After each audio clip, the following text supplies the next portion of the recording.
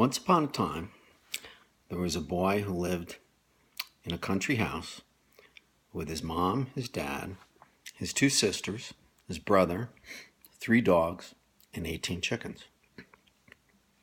And down the street from the house was a long, long field, about the size of 5 or 10 football fields. And the boy and his dad used to go down there rabbit hunting, and they take one of the dogs with them, the beagle. And one day they went down to the field to do just that, to go rabbit hunting. And as they crossed the field, they saw that since the last time they were there, somebody had taken a, what do you call those things? Bulldozer. And they'd leveled out a landing strip for small airplanes right in the middle of the field.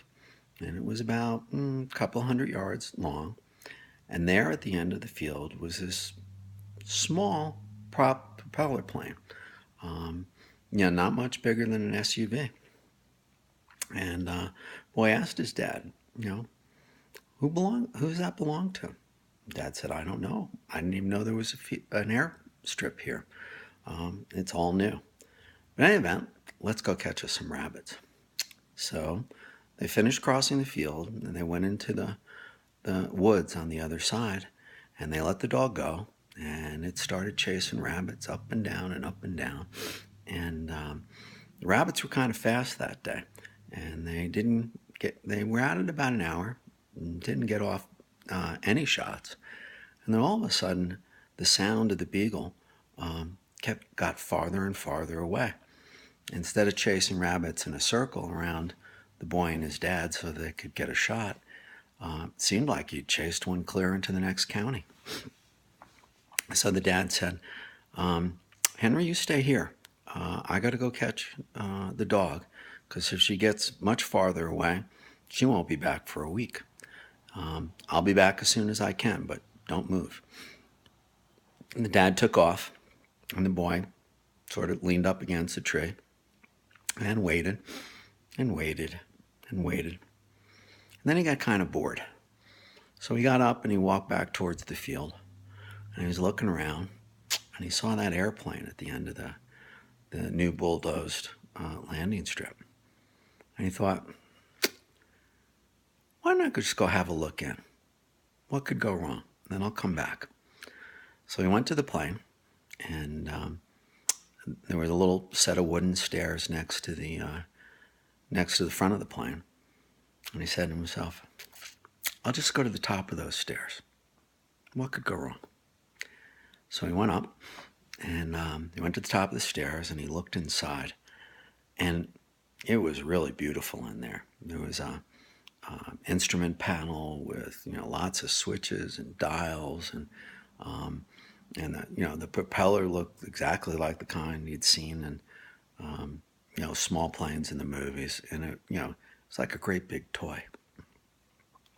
And he put his hand on the latch for the door on the pilot side, and it was open. The latch moved, and he said to himself, I'll just look inside. What could go wrong? Then I'll go back and wait for my dad.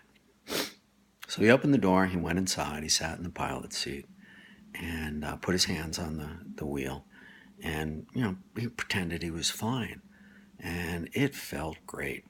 And he put his hand down on the shift on the next to the pilot seat, and moved it back and forth, and he put his flipped the switches up and down, and he put his fingers on the key and turned it to the right, and suddenly the propeller started to move, and the plane began to shake a little bit. And he looked down at the different instruments, and he really wasn't sure what to do, but he had his hand on this stick shift, a little knob at the top. So he pushed it forward. Why not? What could go wrong?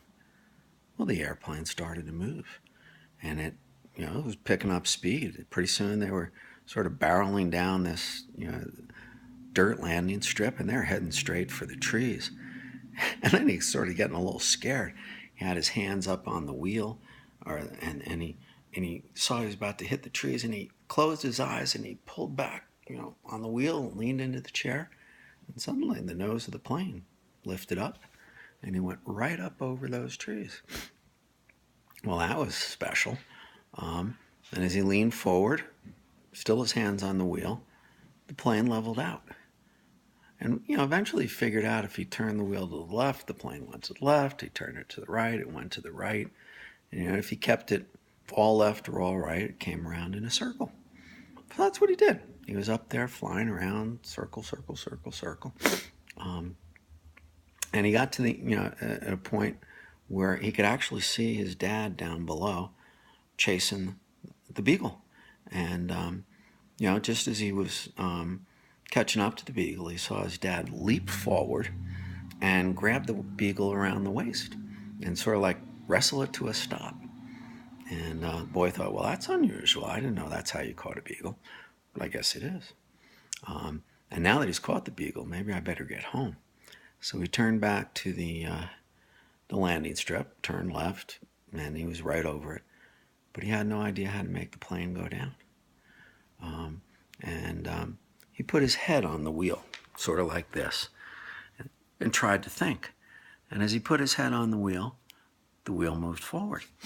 And when the wheel moved forward, the plane started to go down. And then it was heading towards the ground. And oh no, he's going to crash into the ground. And he leaned back in his seat and closed his eyes. And as he leaned back, the wheel pulled back. And the plane leveled out. And he landed. But he still didn't know how to stop the plane. And it was going down along the strip, sort of almost back to where he'd started. And he looked for a brake because he'd seen his dad's truck, and he stepped on pedals and made it stop. But there was nothing there. And he wiggled the stick shift, and that didn't do anything. And he flipped the switches, and they made all sorts of lights and noises. That didn't do anything. And then he reached the key, and he turned it to the left, and the engine stopped, and the plane drifted to a stop. Well, he got out of that plane, and he hopped out, and he ran back to the woods, and he stood by the tree. And about 2 minutes later, his dad showed up with the dog. And Dad said, "I'm really sorry I was gone, Henry. That was a long time for you to stand here, all by yourself. I hope you weren't too bored." And Henry said, "No, Dad, I was just fine. I just sat here, dreaming about hunting and flying and all the other good stuff I know we're going to do together." The end.